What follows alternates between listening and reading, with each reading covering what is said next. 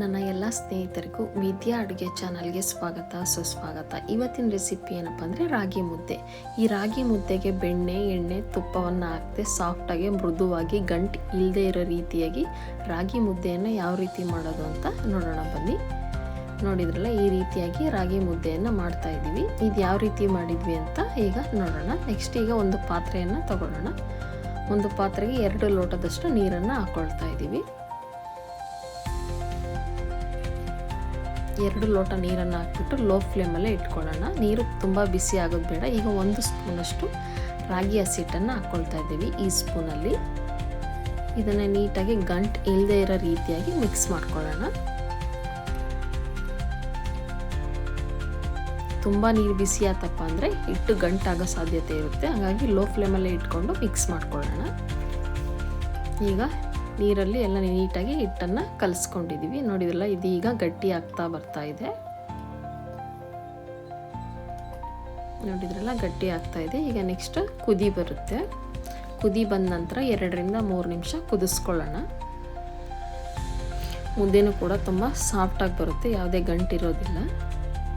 2 ರಿಂದ 3 ನಿಮಿಷ ಕುದ್ದ ನಂತರ ಈಗ ಇದಕ್ಕೆ 3 ಸ್ಪೂನಷ್ಟು ರಾಗಿ ಹಸಿ ಹಿಟ್ಟನ್ನು ಹಾಕ್ಕೊಳ್ತಾ ಇದ್ದೀವಿ. ಅದೇ ಸ್ಪೂನಲ್ಲಿ 3 ಸ್ಪೂನ್ ರಾಗಿ ಹಸಿ ಹಿಟ್ಟನ್ನು ಹಾಕ್ಕೊಳ್ತಾ ಇದ್ದೀವಿ.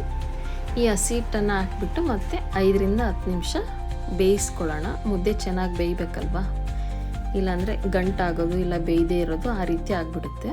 ಅದಕ್ಕೆ 5 ರಿಂದ 10 ನಿಮಿಷ ಬೇಯಿಸ್ಕೊಳ್ತಾ ಇದ್ದೀವಿ. ಮುದ್ದೆ ಸ್ಮೆಲ್ಲು ಕೂಡ ಚೆನ್ನಾಗಿ ಬರ್ತಾ ಇರುತ್ತೆ ಬೇಯೋದ್ರಿಂದ.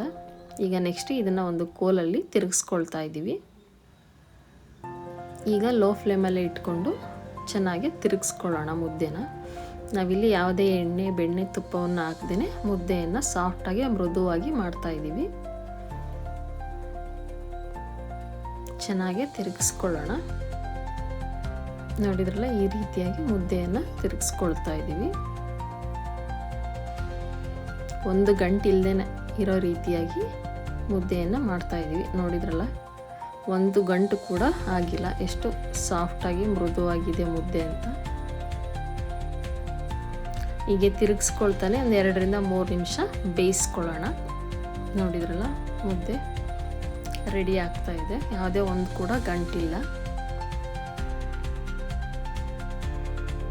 2 ರಿಂದ 3 ನಿಮಿಷ ಈ ರೀತಿಯಾಗಿ ತಿರುಗಿಸ್ಕೊಳ್ತಾ ಮುದ್ದೆಯನ್ನು ಬೇಯಿಸ್ಕೊಳ್ಳೋಣ. ಈಗ ನೆಕ್ಸ್ಟು ಮುದ್ದೆ ಇನ್ನೇನು ರೆಡಿ ಆಯಿತು. ಈಗ ಮುದ್ದೆಯನ್ನು ಕಟ್ಟೋಣ. ಒಂದು ಸ್ಪೂನಲ್ಲಿ ಮಣೆ ಮೇಲೆ ಯಾವುದೇ ಎಣ್ಣೆ ತುಪ್ಪವನ್ನು ಹಾಕ್ದೇ ಕೈಗೆ ನೀರನ್ನು ಹಚ್ಕೊಂಡು ಮುದ್ದೆಯನ್ನು ಕಟ್ತಾ ಇದ್ದೀವಿ. ನೋಡಿದ್ರಲ್ಲ, ಎಷ್ಟು ಸಾಫ್ಟಾಗಿ ಮುದ್ದೆ ಬಂದಿದೆ ಅಂತ, ಮೃದುವಾಗಿ ಬಂದಿದೆ.